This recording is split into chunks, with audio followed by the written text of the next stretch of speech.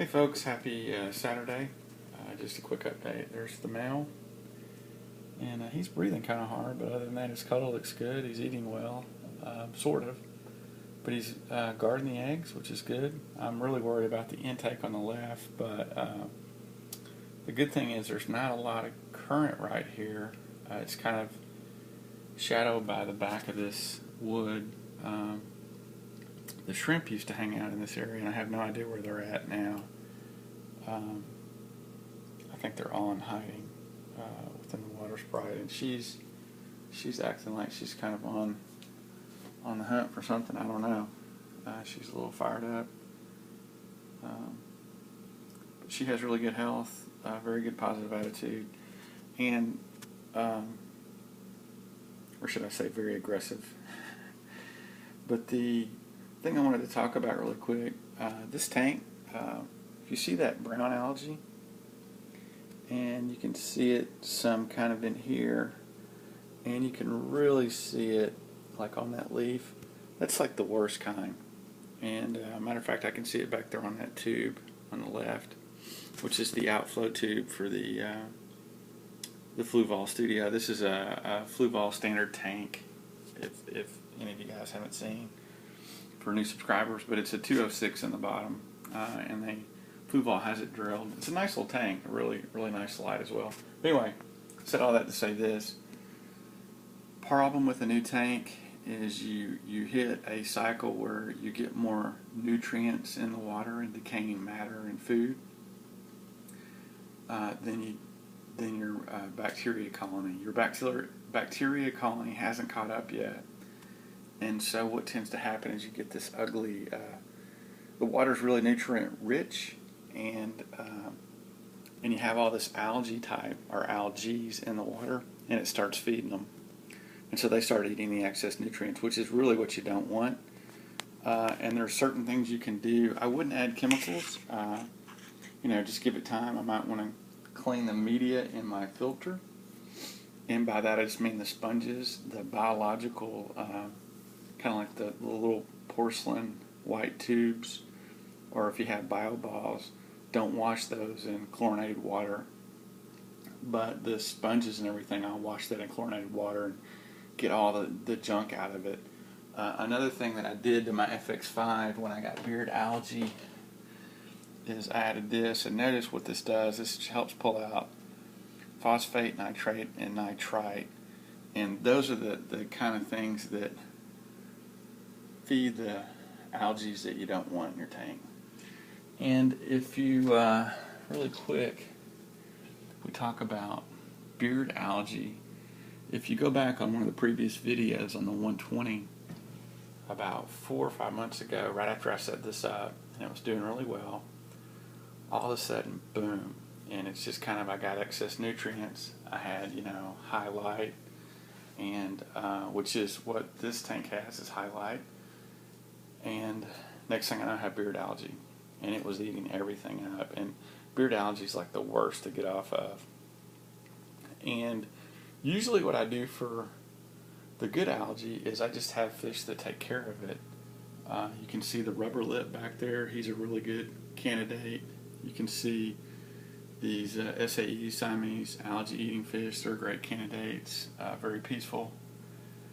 And then I also have some twig catfish in here, which I think the world of. They're one of my favorite. And matter of fact, I've got one back here on the glass. Get an idea of that one.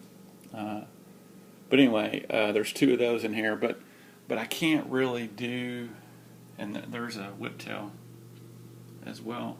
But I can't use anything that I would want to take care of algae in this tank, because I'm trying to get these guys to breed.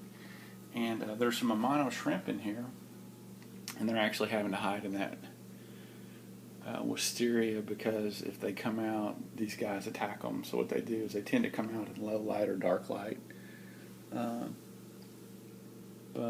Anyway, I'm just trying to wrap it up. But when you have a new tank, this is kind of normal. If somebody knows how to keep this from happening in a new tank, let me know.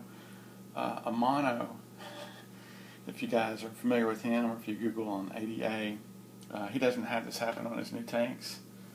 I'm definitely not at his level. He's also running high light, and he's injecting carbon dioxide. If you inject CO2 with high light, it tends to keep this stuff from growing. I don't quite understand all that, but anyway, yeah, I don't know how to keep that from happening on a new tank. So if anybody knows the best way around that, let me know. But just in closing, I just let you guys see he's protecting those eggs. That's a good sign, and it looks really good. I'm liking how it's looking. And what I'm hoping to see in another day is when I look at those eggs, I'm hoping to see little dark spots on them, which to me is a sign they're fertilized. If they stay white, that's kind of a bad sign. So anyway, we'll see. I'm worried about that intake right there. I can adjust the flow rate. I also have a little media bag, if you guys want to see it. It's been in other videos, but you can get these really cheap at any of your pet stores for just, I don't know, it was like 40 cents. I mean, they're dirt cheap. But it's just a nice fine mesh that I can put over that intake. But I'm not going to do anything in that tank until the fry hatch. And I need to be careful with giving them too many blood worms or too much food, because I just don't want to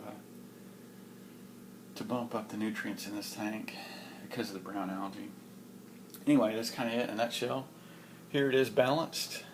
This tank is new as of June, and one thing I'm getting ready to do that helps the dwarf baby tears. I don't do it every day, but when the high lights kick on, I've got two sets of lights. I've got, if you look, you can kind of see here, the pair in the front are kind of blue, the pair in the back are kind of a white sunlight type thing. But these front ones are just to help spike the dwarf baby tears, and I don't have an algae issue. Normally blue will give you an algae. I'm running it very few hours. I also have the Clear Max resin that I showed you guys earlier. But when it goes highlight in the middle of the day, if I have a chance, I'll add 2 caps of this, which is like a liquid carbon, and does really well. If anybody knows what I can do to bump up the wisteria, just let me know. And hopefully I didn't repeat myself on anything, but that rubber lip's pretty cool. But yeah, everybody's doing well. Appreciate you guys watching, and hope everybody has a great Saturday. They're kind of fun to watch.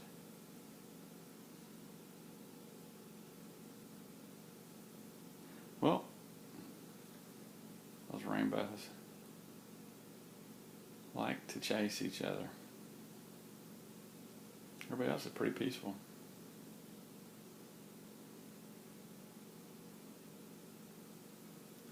And then we have